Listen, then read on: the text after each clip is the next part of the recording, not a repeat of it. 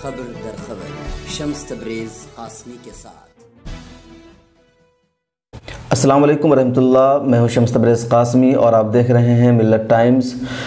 خبر در خبر میں آج ہم بات کریں گے نیوزی لینڈ میں ہوئے دہشت گردانہ حملہ کی بربریت اور سفاکیت کی۔ خبر اور تفصیلات آپ کو معلوم ہو چکی ہے۔ 15 مارچ کی تاریخ تھی، جمعہ کا دن ہے۔ نیوزی لینڈ کی مساجد میں مسلمان نماز ادا کر رہے ہیں۔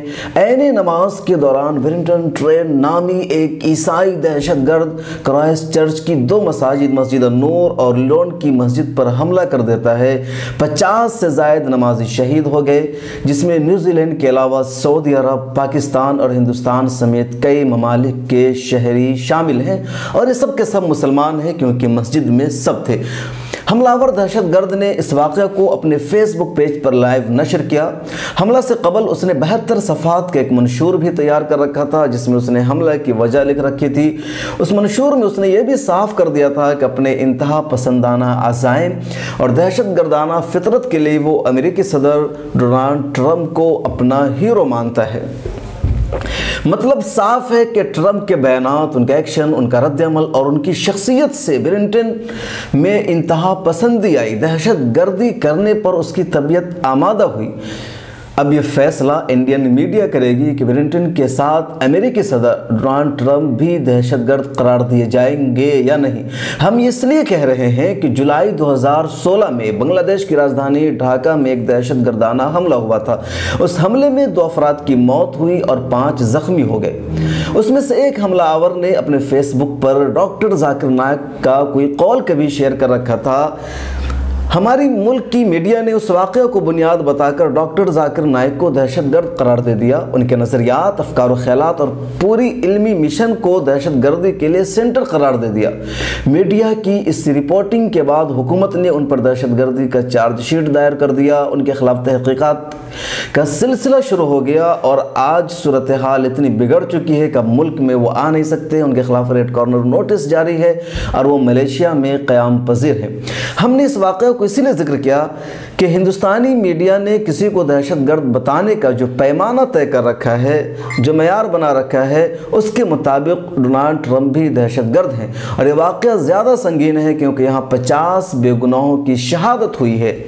یہ الگ بات ہے کہ انڈین میڈیا کی نظر میں نیوزی لینڈ ٹیرر اٹیک معمولی سا حادثہ ہے۔ انہوں نے اسے ٹیرر اٹیک قرار دینے سے، اپنی خبروں میں لکھنے سے اور بولنے سے گریز کیا ہے، فائرنگ اور شوٹنگ جیسا لفظ استعمال کیا ہے۔ یہی تعبیر عالمی میڈیا نے بھی اختیار کی ہے۔ عالمی میڈیا اور دنیا بھر کے تجزیہ نگار اور جو ماہرین ہیں، ان کے یہاں دہشت گردانہ حملہ کا معیار کیا ہوتا ہے، وہ آپ کو اس واقعے کے بعد ایک مرتبہ پھر سمجھ میں آ گیا ہوگا، معلوم ہو گیا کہ مرنے والے مسلمان ہیں اور مارنے والا قاتل کسی اور مذہب سے تعلق رکھتا ہے تو یہ دہشت گردانہ حملہ کی فہرست میں نہیں آئے گا، اسے فائرنگ اور شوٹنگ کہا جائے گا۔ حملہ آور کو ذہنی مریض بتایا جائے گا۔ کینڈل مارچ بھی ایسے حملوں کے لیے نہیں نکالے جائیں گے۔ ہاں، اگر مرنے والے مسلمانوں کے علاوہ مذاہب اور قوم سے تعلق رکھتے ہیں تو یہ دہشت گردانہ حملہ قرار دیا جائے گا، یہ معیار ہے۔ نیوزی لینڈ کی وزیر اعظم جسنڈا آرڈرن نے اس حملے کو دہشت گردانہ حملہ قرار دیا۔ نیوزی لینڈ کی تاریخ میں اسے سیاہ دن بتایا اور صاف لفظوں میں کہا کہ مارنے والے دہشت گرد اور ہمارے دشمن ہیں، مرنے والے ہمارے اپنے ہیں۔ انہوں نے مسلمانوں کے اعزاز میں، احترام میں، جو مہلوکین کے ورثہ ہیں ان سے ملاقات کی، پردہ تک کا انہوں نے استعمال کیا اور مسلمانوں کا ہر طرح سے ساتھ دینے کا وعدہ کیا۔ These are people who I would describe as having extremist views that have absolutely no place in New Zealand and in fact have no place in the world.